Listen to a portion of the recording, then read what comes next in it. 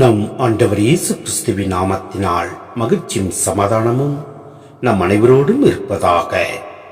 ரோமையர் 13:8-14 முடிய.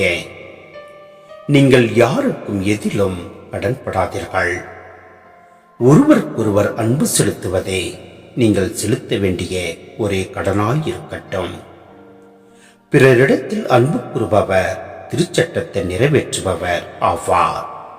ஏனெனில் விபச்சாரம் செய்யாதே, கொலை செய்யாதே, களவு செய்யாதே, பிறருக்குரியதை கவர்ந்திட விரும்பாதே என்னும் கட்டளைகளும் பிற கட்டளைகளும் உன் மீது அன்பு கூறுவது போல் உனக்கு அடுத்திருப்பவர் மீதும் அன்பு கூறுவாயாக என்னும் கட்டளையில் அடங்கியுள்ளன. அன்பு அடுத்திருப்பவருக்கு தீங்கிழைக்காது.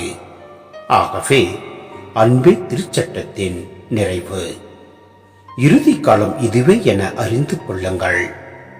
உறக்கத்தினின்று விழித்தெழும் நேரம் ஏற்கனவே வந்துவிட்டது. நாம் கிறிஸ்துவின் மேல் நம்பிக்கை கொண்டபோது இருந்ததை விட மீட்பு இப்பொழுது மிக அண்மையில் உள்ளது. இரவு முடியப் போகிறது, பகல் நெருங்கி உள்ளது. ஆகவே இருளின் ஆட்சிக்குரிய செயல்களை கலைத்துவிட்டு ஒளியின் ஆட்சிக்குரிய படைக்கலங்களை அணிந்து கொள்வோமாக. பகலில் நடப்பது போல மதிப்போடு நடந்து கொள்வோமாக.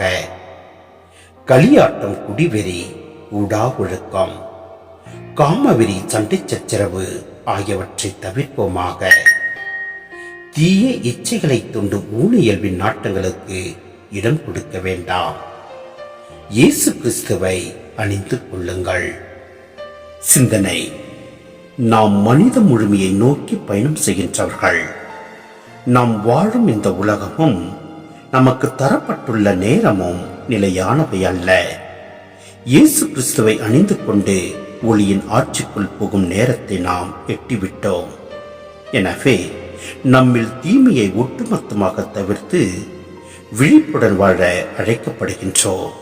எனவே நாம் ஒளியின் ஆட்சிக்குரிய படைக்கலன்களை அணிந்து கொண்டு நம் ஆண்டவரில் நிலைத்து நிற்போம். அவரது வார்த்தையை பின்பற்றி அதன்படி செயல்படுவோம். அப்பொழுது எல்லாம் அல்ல இறைவன் நம்மை நிறைவாய் ஆசீர்வதிப்பார். ஆமென்.